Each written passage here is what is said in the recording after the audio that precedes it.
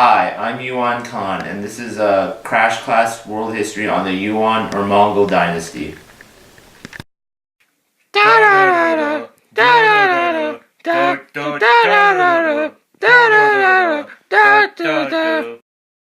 Mongol dynasty began with Genghis Khan's conquest from 1206 to 1279. During these conquests, they ripped through China.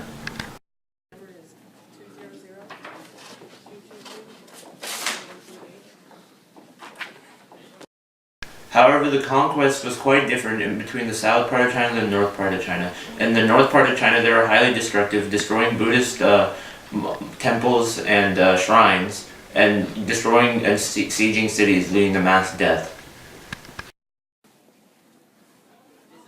Chinese man.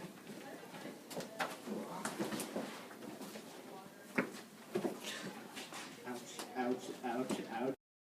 See how that devilishly handsome Chinese peasant was mistreated right there?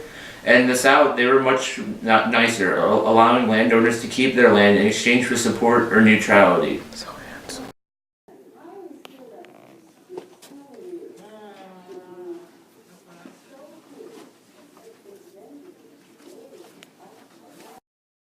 The great Khan Ogdai thought about murdering everybody in northern China and turning it into grazing land for their cattle. So you could say they wanted to put everyone in northern China out to pasture.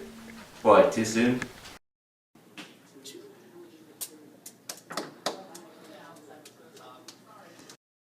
Those Chinese peasants aren't as good looking as the previous one, but you get the point. Thankfully, the idea of killing everyone was discarded in favor of trying to extort as much money as possible from the agrarian society of China.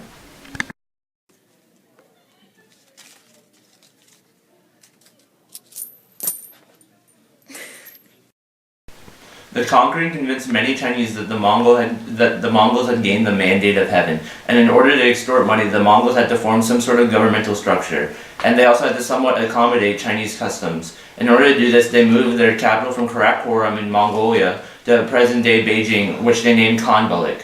The dynasty was renamed the Yuan in 1271 and officially established in 1276. At its height, it was this large.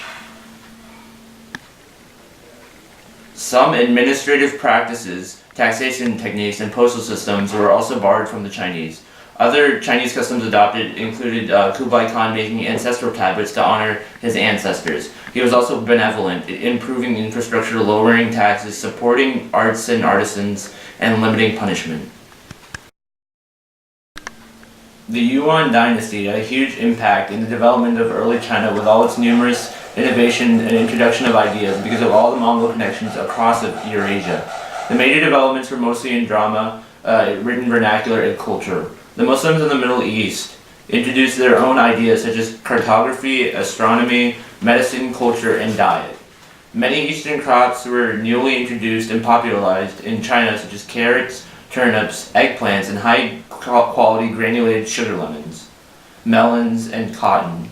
Many new inventions came about in this area, such as printing techniques, porcelain, and playing cards. Despite all these numerous technological innovations and advancements, the Chinese still saw Mongol rule as exploitive. They forbidden intermarriage in between Chinese and Mongol women and men. They brought in foreigners for posts that were traditionally filled by the examination system.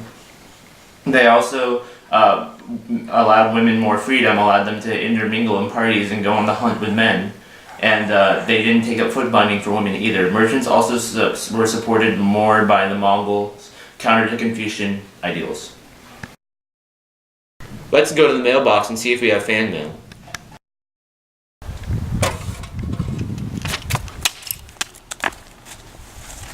Whoa, 30% off at Mongol Mart? Let's open this letter. Yes, someone is asking about Kublai Khan. Kublai Khan was emperor of the Yuan dynasty and was the grandson of Genghis Khan. He conquered the Song dynasty and surrounded himself with religious advisors. Kublai Khan's transformation from conqueror to ruler led to many advancements in Chinese culture. Along with providing religious freedom for Buddhists, Taoists, and Confucianists in China, he also created aid agencies, improved postal stations, and began printing paper currency. He bettered roads and expanded waterways, both of which would help transportation and communication in a newly unified China. Under his rule, the winter capital was moved from Mongolian territory to the Chinese city of Dadu, which is currently Beijing, as mentioned before. Kublai also established the Xinjiang, which is equivalent to today's modern provinces, and were under the direct control of the royal court. The interaction with border regions also grew, and communication grew as a result of increased movement in the area because of the unification from the Xinjiang provinces. Kublai also helped agriculture recover in areas that were destroyed when he invaded. In 1367, the rebel army led by Zhu Yuanzhang captured the Yuan capital, ending the ever-mighty Yuan regime. In 1351, Liu Futong led the Hongzhijun uprising, which destroyed the Yuan dynasty. Military forces became stronger after the Hongzhijun military forces, led by Zhu Zhuangzang, won a series of victories in battle. Zhu Yuanzhang launched a deadly attack on the Yuan regime in 1367. Dadu, the capital of the Yuan, was captured within a year by the Zhu's army. The Ming dynasty displaced and replaced the Yuan dynasty, continuing on the dynastic cycle that is ever present in China. Despite Mongol rule only lasting for 100 years or so, the Yuan dynasty was important in that it was an agrarian society being conquered and led by a pastoral society. They also introduced traditions such as the Forbidden City, which were continued by the Ming. They also helped unify the China for future dynasties, and the differences between the Mongols and the Chinese led to the Ming reviving Confucian ideals in an effort to destroy all outside influences.